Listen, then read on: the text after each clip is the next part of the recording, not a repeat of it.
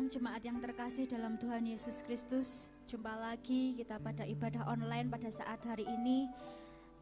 Kiranya Tuhan senantiasa melimpahkan berkat-Nya, kebaikan-Nya senantiasa bagi kita semua. Haleluya. Saya mengajak untuk kita dapat mengucap syukur kepada Tuhan, bahwasanya pada setiap musim kehidupan kita, baik dalam kemarau, hujan, badai sekalipun, Tuhan tetap setia dalam kehidupan kami. Tuhan tetap setia dalam kehidupan kita semuanya. Selalu menopang, selalu tidak pernah terlambat pertolongannya bagi setiap kita.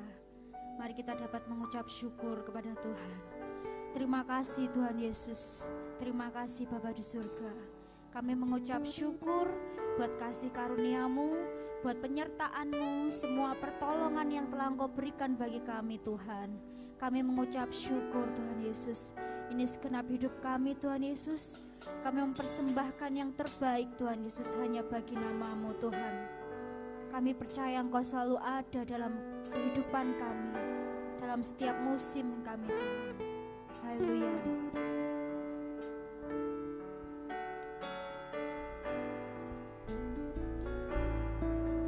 Engkau ada bersamaku di setiap musim hidupku. Tak pernah Kau biarkan ku sendiri. Kekuatanku hanya daripada-Mu Tuhan. Kekuatan di jiwaku adalah bersama-Mu.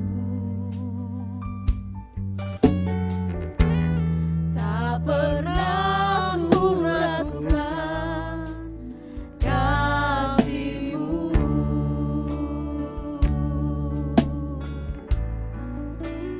Bersama-Mu Bapa, ku lewati semua.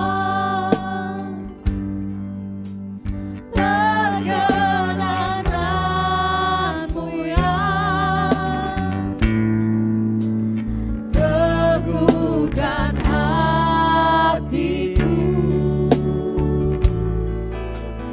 Engkau yang bertindak, memberi pertolongan.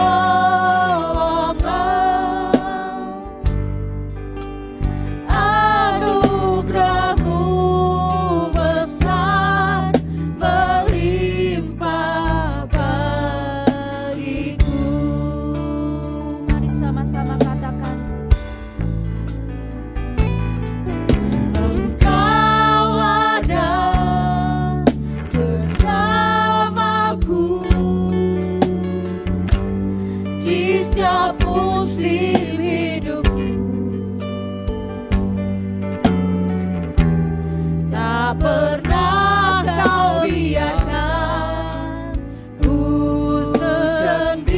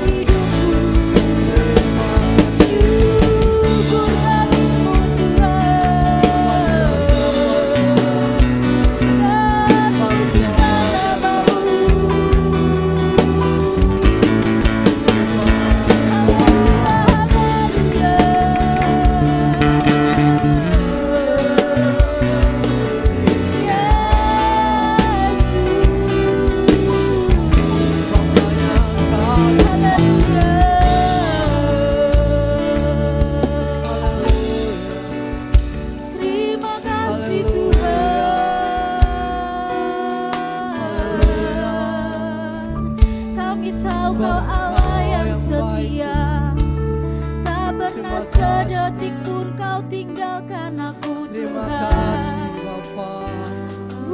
Buat setiap pertolongan. Terima kasih. Haleluya. Haleluya. Bersamamu Bapa, ku lewati semua Perkenananmu Tuhan. perkenananmu ya, teguhkan hatiku. Engkau yang bertindak, memberi pertolongan,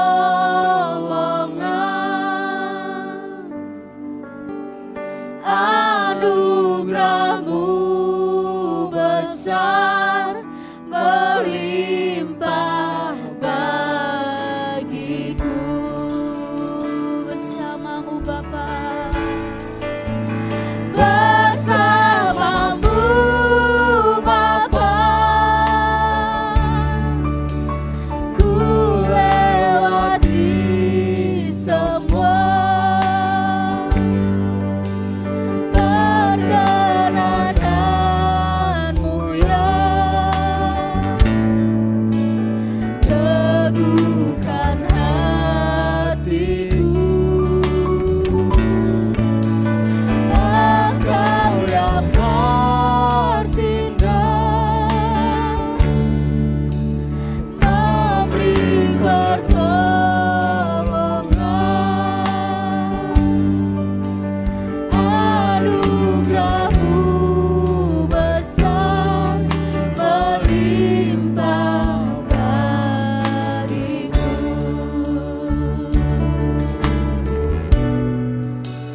Anugerah-Mu besar melimpah bagiku.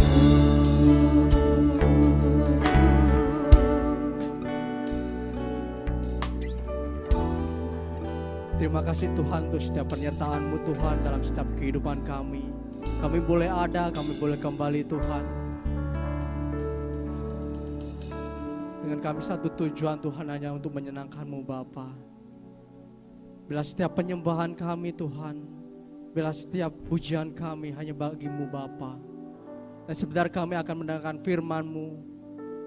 Kami siapkan hati kami siapkan hidup kami Tuhan. Dan kami serahkan semua ke dalam tangan-Mu. Di dalam nama Tuhan Yesus Kristus kami berdoa dan mengucap syukur. Haleluya. Amin. Salam jemaat Tuhan, kita berjumpa kembali dalam ibadah online GPT Home Gedung Gebang. Mari kita akan bersama-sama membuka Alkitab kita dan mari saudara-saudara kita buka Kejadian pasal 1 ayat 1 sampai dengan ayat yang ke-5. Kejadian pasal 1 ayat 1 sampai 5 saya bacakan. Pada mulanya Allah menciptakan langit dan bumi. Bumi belum berbentuk dan kosong, gelap gulita menutupi samudra raya, dan roh Allah melayang-layang di atas permukaan air. Berfirmanlah Allah, jadilah terang, lalu terang itu jadi. Allah melihat bahwa terang itu baik, lalu dipisahkannyalah terang itu dari gelap. Dan Allah menamai terang itu siang dan gelap itu malam. Jadilah petang dan jadilah pagi, itulah hari pertama. Saudara-saudara dikasih Tuhan, saya ingin di tahun yang baru ini, tahun 2023, saya ingin mengajak saudara untuk mempelajari, merenungkan tentang rencana Allah. Saya ambil topik untuk khotbah-khotbah berikutnya berjudul Master Plan. Kalau saudara melihat, kalau orang membuat rencana untuk membuat sebuah rumah atau dalam skop yang lebih besar lagi tata kota, tata bagaimana mengelola dan menata kota, sebuah kota yang akan datang mungkin 10 tahun lagi, kota saudara di mana saudara tinggal, di tempat saya juga tinggal, ada yang namanya perencanaan tata kota. master plan-nya seperti apa, rencana jangka panjangnya mau jadi seperti apa kota ini. Jadi dibuatlah rencana. Kalau saudara melihat mungkin memperhatikan Dubai, saudara-saudara, di Arab Saudi, saudara-saudara, bagaimana kota ini, saudara-saudara, berubah dari padang gurun yang tandus, tidak ada apa-apa di sana, sekitar tahun 1970, tahun 1980-an, saudara-saudara, hanya ada 2 gedung bertingkat, kurang lebih seperti itu. Tetapi hari ini, saudara-saudara, hampir semua bangunan termewah di dunia ada di sana. Itu terjadi ketika mereka memperoleh kekayaan yang berlimpah dari minyak bumi. Dan kemudian dimulailah perubahan besar-besaran atas kota mereka dan dibuatlah rancangan atas kota Dubai. Saudara-saudara, jika saudara membuka internet, saudara buka Google, saudara-saudara, ada bangunan yang di laut berbentuk seperti pohon palma, kemudian ada bangunan Burj Khalifa yang tingginya hampir 1 kilometer, saudara-saudara. Itu semua terjadi karena ada master plan, ada rencana, ada rancangan yang dibuat untuk beberapa tahun ke depan. Nah, saudara-saudara, yang saya maksudkan, saudara-saudara, bukan hanya saudara dan saya melihat rencana beberapa tahun ke depan, beberapa puluh tahun ke depan, tapi bagaimana saudara melihat rencana Allah di dalam hidup kita. Hal ini akan menolong saudara dan saya untuk memahami kenapa saudara dilahirkan, kenapa saudara ditempatkan di sebuah keluarga, kenapa saudara mungkin mengalami masa-masa yang mungkin pernah membuat saudara jatuh bangun, kesakitan, penderitaan, saudara-saudara, sama seperti Yusuf, sama seperti Daud, saudara-saudara. Tapi pada akhirnya kita melihat bagaimana sebuah hal yang baik terjadi di dalam hidup mereka. Sebagaimana yang dikatakan di dalam kitab Pengkhotbah, bahwa Tuhan menjadikan segala sesuatunya indah, tetapi saudara dan saya itu kesulitan untuk memahami rancangan Allah. Nah, master plan, rencana induknya Allah atas hidup saudara itu sudah ada di dalam hati Allah dari sejak zaman mula-mula. Maka saya ingin mengajak saudara dan saya, kita lihat flashback, saudara-saudara, kembali ke kitab Kejadian pertama. Bagaimana saudara melihat kejadian pertama itu adalah master plan Tuhan atas hidup manusia. Perhatikan Kejadian pasal 1 ayat yang 1-5. Dikatakan di ayat yang kedua ada sebuah keanehan yang mungkin membuat saudara bertanya-tanya.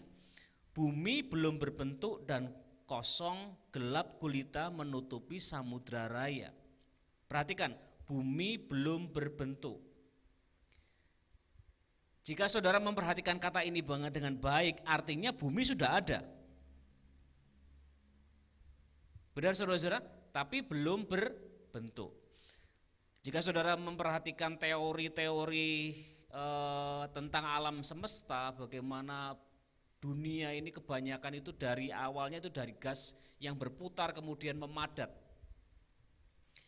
Saudara, saya tidak sedang menghubungkan dengan teori-teori yang dibuat oleh Darwin segala macam, saudara-saudara, tapi mari kita lihat. Alkitab, saudara-saudara, tidak semuanya ditulis di dalam bentuk kronologi atau berurutan.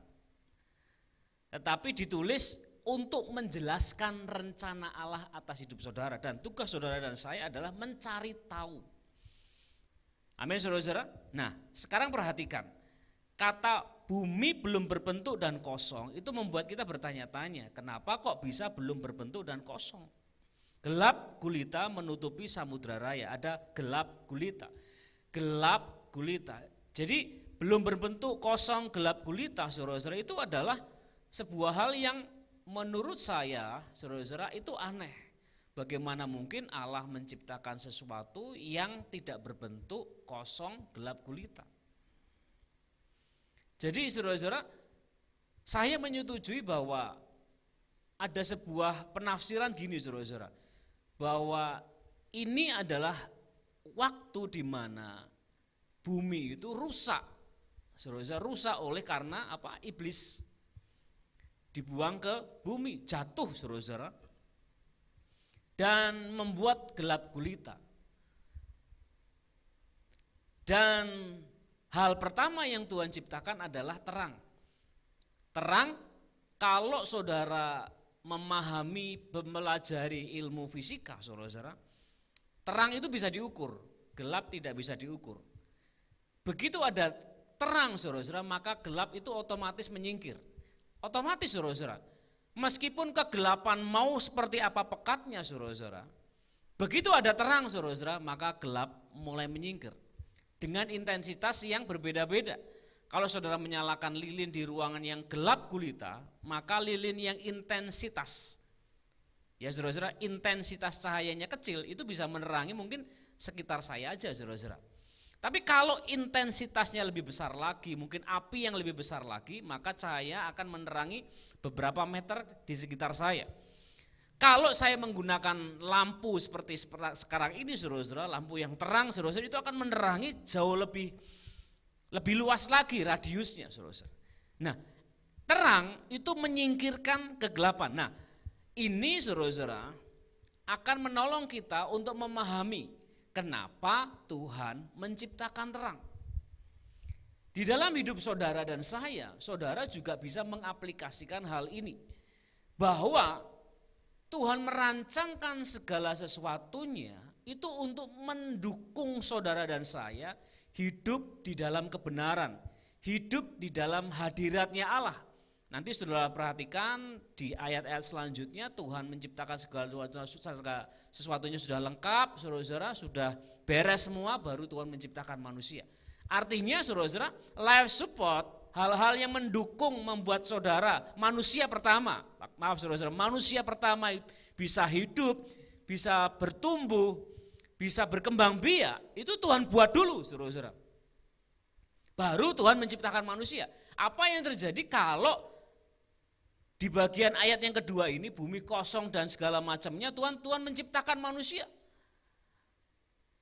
Tentu manusia tidak bisa hidup. Dan hal yang pertama yang dibutuhkan manusia adalah terang. Saudara-saudara, hal pertama yang saudara butuhkan adalah terang. Kita semua saudara-saudara ada dalam kondisi kegelapan.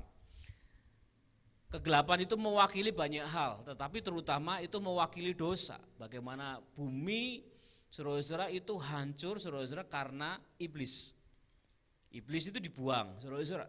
Kemudian bumi rusak oleh karena kehadiran iblis. Ingat saudara-saudara, di Taman Eden, iblis ada di situ. Jadi saudara bisa memperhatikan bahwa iblis itu sudah tinggal lebih lama dari manusia. Amin, saudara-saudara. Jadi sudah perhatikan hal ini.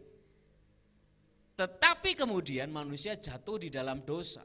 Manusia Adam, Hawa, saudara-saudara, kemudian keturunannya lahir di dalam dosa. Ada di dalam kegelapan. Kita tidak bisa menolong diri kita sendiri karena kita tinggal di dalam kegelapan. Hanya, saudara-saudara, terang yang dari Allah lah yang sanggup menolong. Sama seperti bumi gelap gulita. Kosong tidak berbentuk.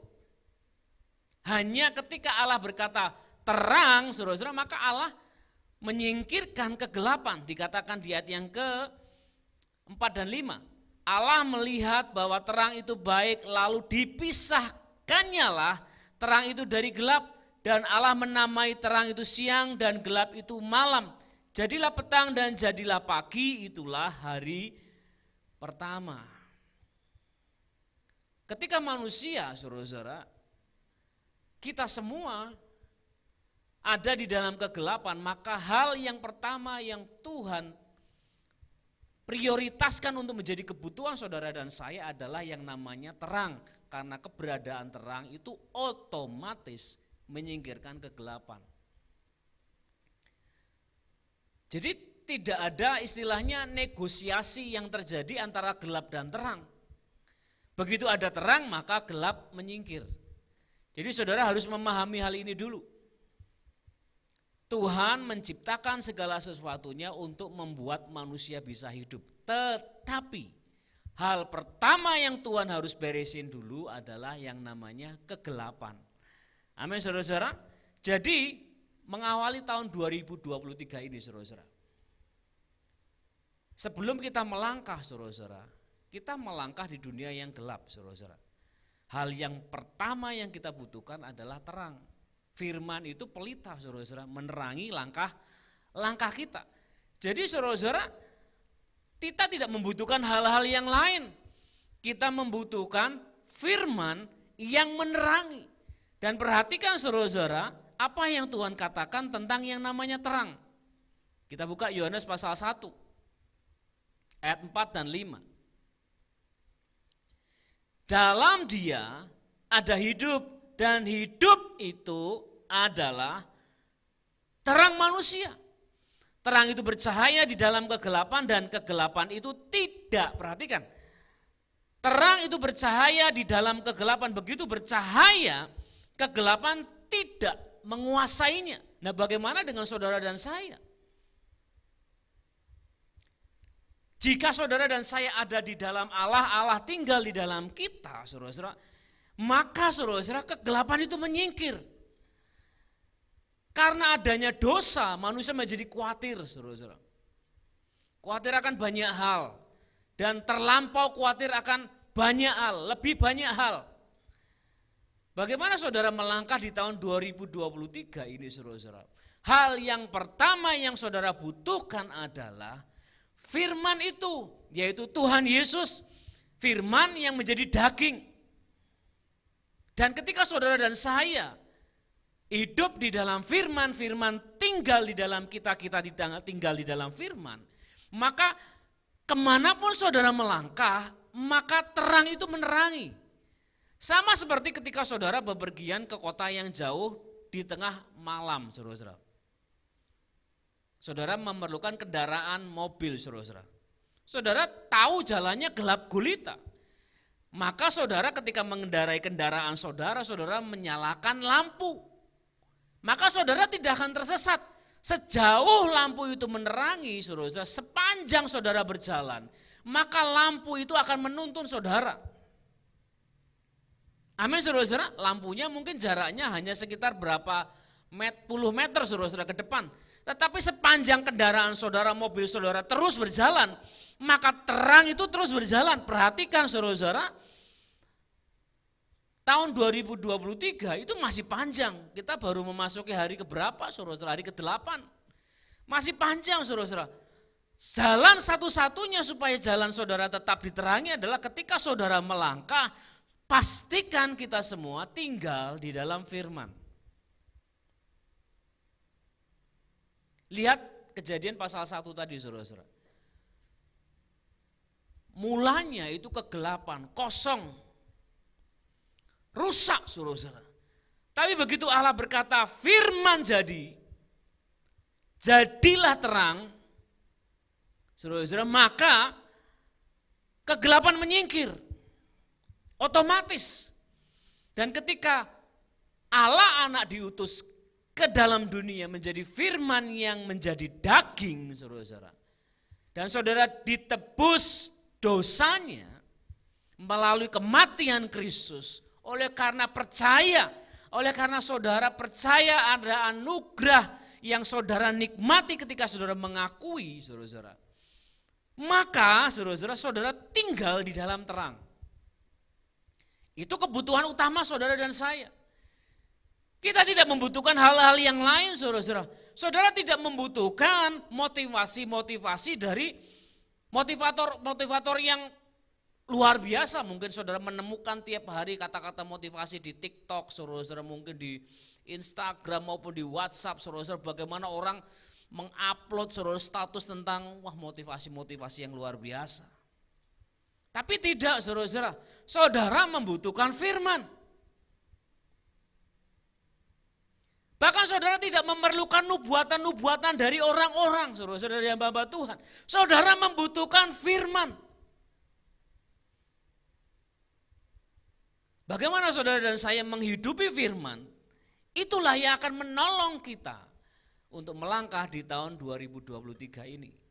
Jadi saudara-saudara, cara satu-satunya saudara memahami kehendak Allah di dalam hidup kita, master plan-nya Allah di dalam hidup kita, saudara-saudara. Selama kita melangkah, pastikan kita tinggal di dalam firman Tuhan. Karena itulah yang akan membuat saudara berhasil, beruntung seperti yang dikatakan di dalam kitab Yosua. Jadi saudara-saudara yang dikasihi Tuhan, mungkin saudara ketika menyaksikan tayangan ini saudara sedang dipenuhi dengan kegelisahan, pergumulan tentang bagaimana dan bagaimana.